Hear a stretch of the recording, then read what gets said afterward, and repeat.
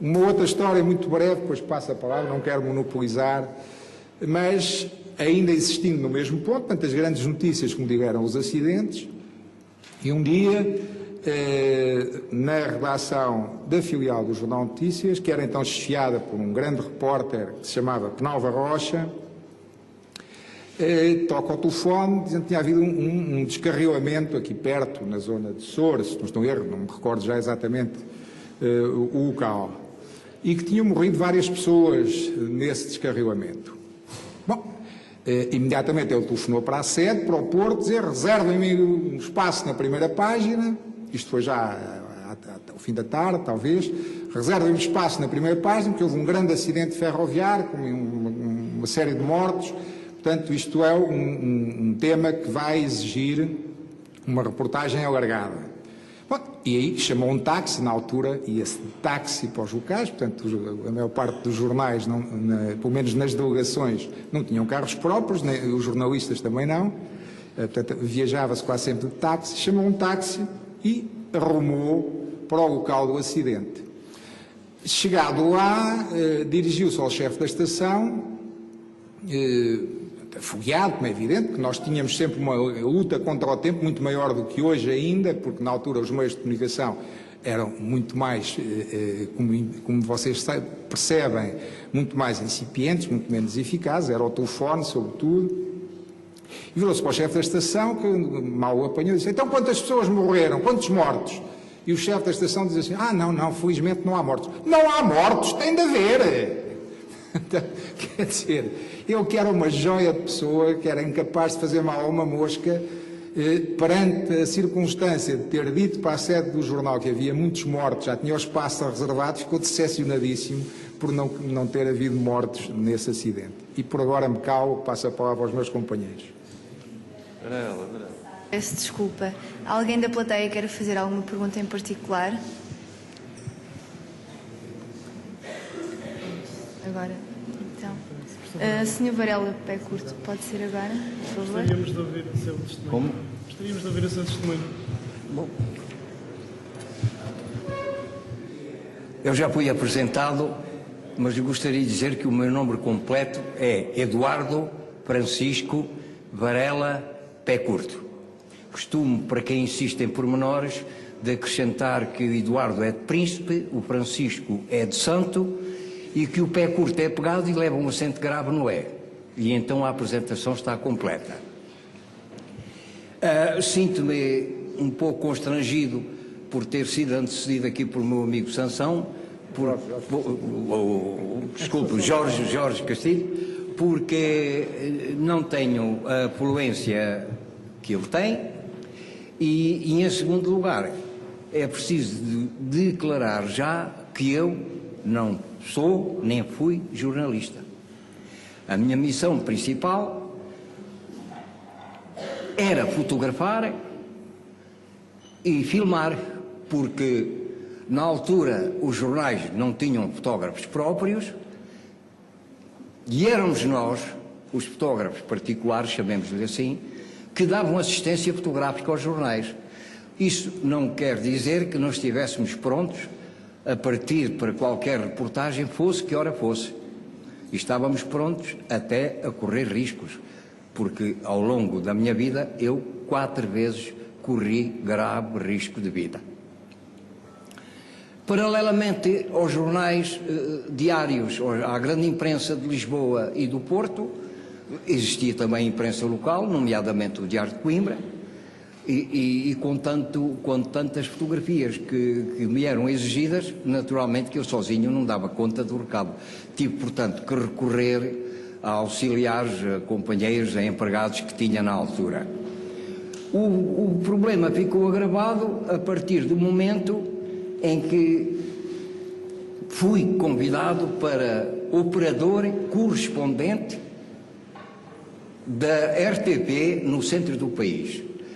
Era uma área muito alargada, digamos que definida pela Guarda, por Viseu, pela Aveiro, Figueira da Foz e Pampilhosa da Serra. Era realmente uma área muito grande.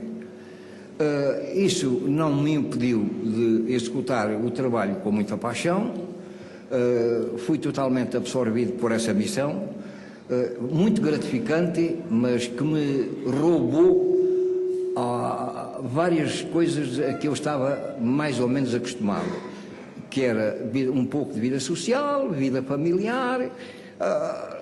Deixei de ter férias, deixei de ter feriados, os domingos era quando se fazia mais trabalho e, consequentemente, a minha vida foi tão absorvente, tanto que eu hoje, com 82 anos, pergunto como é que eu já cheguei a esta idade e não me lembro de nada, porque eu tinha realmente o espaço de 24 horas por dia preenchidos, era uma coisa extraordinária. A propósito da televisão, o Sansão Coelho, quando me foi convidar para vir aqui, insistiu em ir buscar-me de carro e eu disse: não é preciso, que eu sou pontual, estou lá a horas. Esta coisa de eu ser pontual é muito importante para mim. Foi uma das coisas melhores que o meu pai me educou, foi em ser pontual. E não deixem de serem pontuais, porque a pontualidade em Coimbra é uma coisa pior que nos outros lados. Há o atraso normal e há o chamado quarto de hora académico, o que agrava a situação. Portanto, eu na televisão deparava-me com frequência com uma coisa marcada para as 9 e começar às 10. Era impossível, não há direito que se faça uma coisa dessas. E muitas vezes, a dezenas de quilómetros, estava uma vez na Guarda e uma coisa que estava marcada para as 9, 9h15, 9h30, um quarto para as 10, 10 horas, e eu disse: não pode ser, eu tinha que vir para Coimbra e viajar toda a noite, como é óbvio. Acabei por perguntar quem era o senhor responsável pela reunião, lá me indicaram, fui junto dele perguntar-lhe: falta alguma entidade? Não falta ninguém. Então porquê é que isto não se começa? Você tem razão. Portanto, muitas vezes era eu que empurrava as pessoas a começarem as sessões ou que fosse para filmar.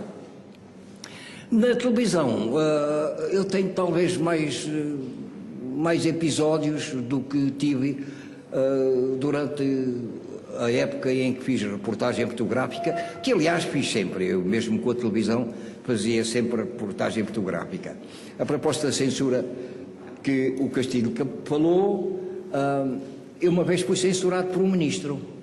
E por como? Numa situação curiosa. Eu estava no hospital, velho, estava no hospital, e na altura em que se visitava a cozinha, que não estava nada em ordem, aquilo era um pandemónio, talvez com um pouco falta de higiene, e ainda com a agravante que a casa mortuária era à porta ao lado.